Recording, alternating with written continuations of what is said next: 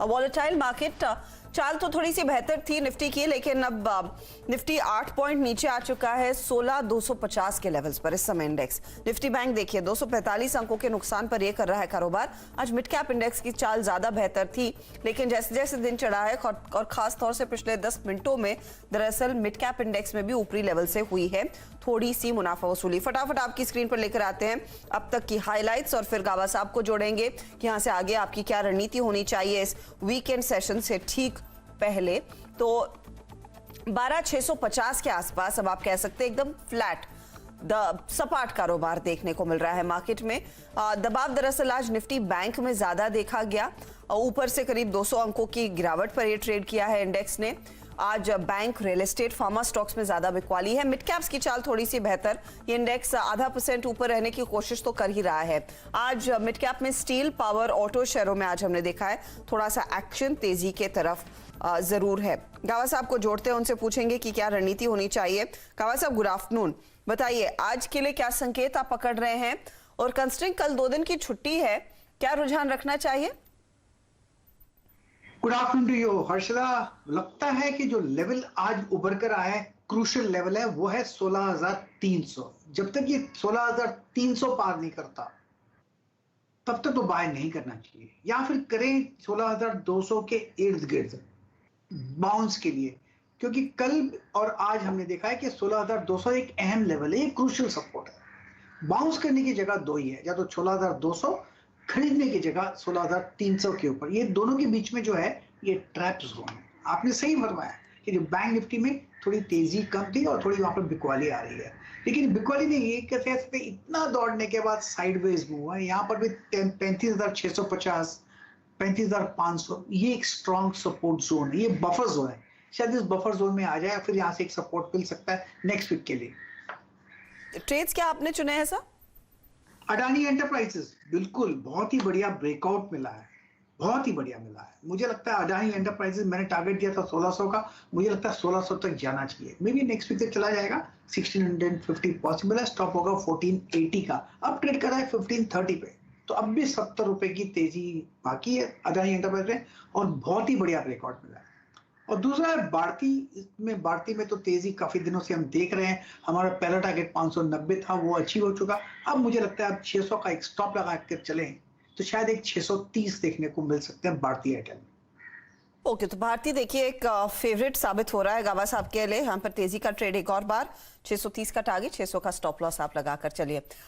इस बीच Johnson and Johnson COVID vaccine के लिए अर्जी दे चुका है। ये फिलहाल एक अपडेट आपकी स्क्रीन पर फ्लैश हो रहा है।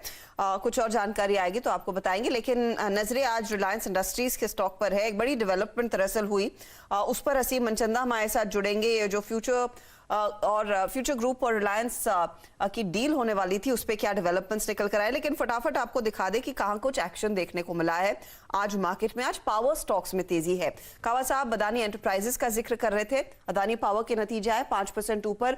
जी पावर, बीजीआर सिस्टम, सीएससी जैसे स्टॉक्स में खरीदारी के ही सौदे देखने को मिले हैं। मेटल्स में आप देखिए जिंदल स्टेनलेस, हिसार, सनफ्लैग आयरन, टाटा मेटालिक्स जैसे काउंटर्स में करीब 7 से 5% तक की तेजी देखने को मिली। और कुछ गेनर्स में बारबेक्यू नेशन में आज क्या तेजी देखी गई है। इनफैक्ट 1200 के पार निकलने की कोशिश की थी स्टॉक ने, फिलहाल 16% ऊपर। टाटा केमिकल्स नतीजे अच्छे तो 7% मजबूत। नारायण हृदयालय का परफॉर्मेंस अच्छा था तो वहां पर तेजी। एबी कैपिटल के भी नंबर्स के बल पर यहां पर तेजी ही देखने को मिली है। लेकिन लूजिंग एंड पर आज फार्मा कंपनियां हैं, फार्मा में दबाव है।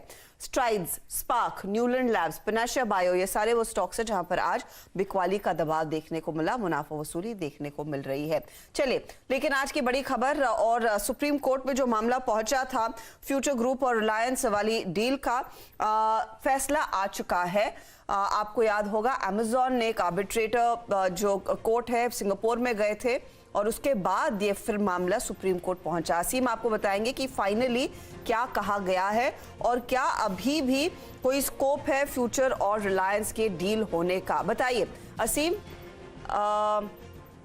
सुप्रीम कोर्ट का आज फैसला ये कह रहा है कि आर्बिट्रेटर ने जो फैसला सुनाया था सिंगापुर की कोर्ट ने, वो ठीक है, लेकिन अब यहां से आगे क्या इस डील पर कुछ कहना है सुप्रीम कोर्ट का, क्या इनको हाई कोर्ट जाना पड़ेगा? क्योंकि फिलहाल ये जो अपडेट आ रहा है वो यही है कि फ्यूचर ग्रुप दरअसल अब इस मामले को लेकर आगे जाने वाला है हाई कोर्ट। सुप्रीम कोर्ट ने सिर्फ ये आदेश दिया कि आर्बिट्रेटर ने जो फैसला सुनाया था वो सही था, उसमें कोई गलती नहीं थी। अब फ्यूचर और अमेजॉन के बीच, याद रखिएगा, ये लड़ाई हो रही थी। असीम आपको डिटेल्स बताएंगे कि यहाँ पर आगे क्या निकल कर आता है। फ्यूचर ग्रुप स्टॉक्स आपकी स्क्रीन पर होने चाहिए, क्योंकि वहां पर आज हमने देखा जैसे ही अपडेट आया सुप्रीम कोर्ट की ओर से तेजी से गिरावट आना शुरू हुई। वो स्टॉक्स आज भी करीब 9-10% नीचे है, लोअर सर्किट के आसपास कारोबार करते दिखाई दे रहे हैं। तो ये फिलहाल आपके लिए एक अपडेट। जो सुप्रीम कोर्ट की ओर से फैसला आया है वो यही है कि फैसला इमरजेंसी आर्बिट्रेटर के आदेश तक सीमित है। अब यहाँ पर अगर फ्यूचर ग्रुप चाहता है कोई आगे अलग डील करना, उनको हाई कोर्ट जाना पड़ेगा। असीम हमारे साथ जुड़ गए। असीम, एग्जैक्टली क्या हुआ है और क्या आप कह सकते हैं कि मामला भी खत्म नहीं हुआ, आगे शायद अपील की जा सकती है इस पर्टिकुलर डील को लेकर फ्यूचर ग्रुप की तरफ से? जी सही कहा आपने, इस डील को लेकर के बकायदा अपील जो है वो की जा सकती है, क्योंकि अभी जो सुप्रीम कोर्ट ने इस पूरे मामले की सुनवाई की है वो लिमिटेड एस्पेक्ट को लेकर के की है। सुप्रीम कोर्ट ने डील के जो फैक्ट्स है उसके ऊपर कोई भी सुनवाई जो है वो नहीं की है। खासतौर पे कि जो सिंगापुर का इमरजेंसी आर्बिट्रेटर है उसने फ्यूचर ग्रुप की डील के ऊपर रोक जो है वो लगा दी थी। इसको लेकर के चुनौती जो है फ्यूचर ग्रुप ने सुप्रीम कोर्ट के अंदर दी थी कि जो इमरजेंसी आर्बिट्रेटर है उसका अधिकार जो है वो नहीं बनता है। तो सुप्रीम कोर्ट ने उस पूरे मामले की सुनवाई की। सुप्रीम कोर्ट ने आज अपना आदेश सुनाया। सुप्रीम कोर्ट का कहना था कि जो इमरजेंसी आर्बिट्रेटर है उसका अधिकार है आर्बिट्रेशन एक्ट के तहत कि वो भारत में जो डील है उसके ऊपर रोक जो है लगा सकता है। तो अब लेकिन सुप्रीम कोर्ट ने पूरे डील की किसी भी फैक्ट के ऊपर कोई टिप्पणी जो है वो नहीं की। तो अब ये जो इमरजेंसी आर्बिट्रेटर का फैसला है इसको दिल्ली हाई कोर्ट के अंदर चुनौती जो है वो दी जा सकती है। तो फ्यूचर ग्रुप जल्दी ही दिल्ली हाई कोर्ट के सामने जो है अपनी याचिका दायर करेगा और इमरजेंसी आर्बिट्रेटर के फैसले को चुनौती जो है वो देगा।